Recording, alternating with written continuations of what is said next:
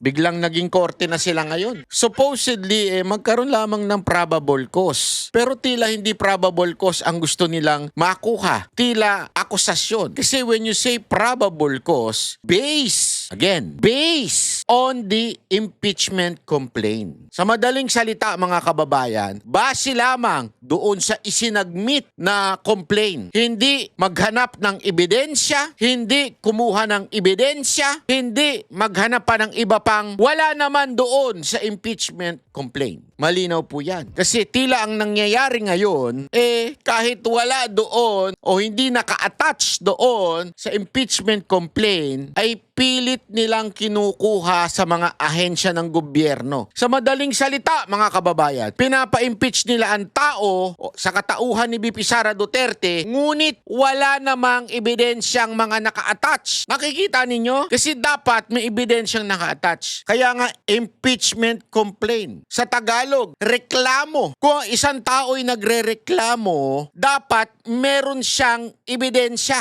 agad-agad naka-attach. Ano ba yung nirereklamo mo? Bakit mo ba siya pinai-impeach? Ano yung nirereklamo mo? Wala ho doon. Basta lang nagbanggit sila ng kung ano-ano, tapos tsaka pa lang sila kumukuha ng ebidensya.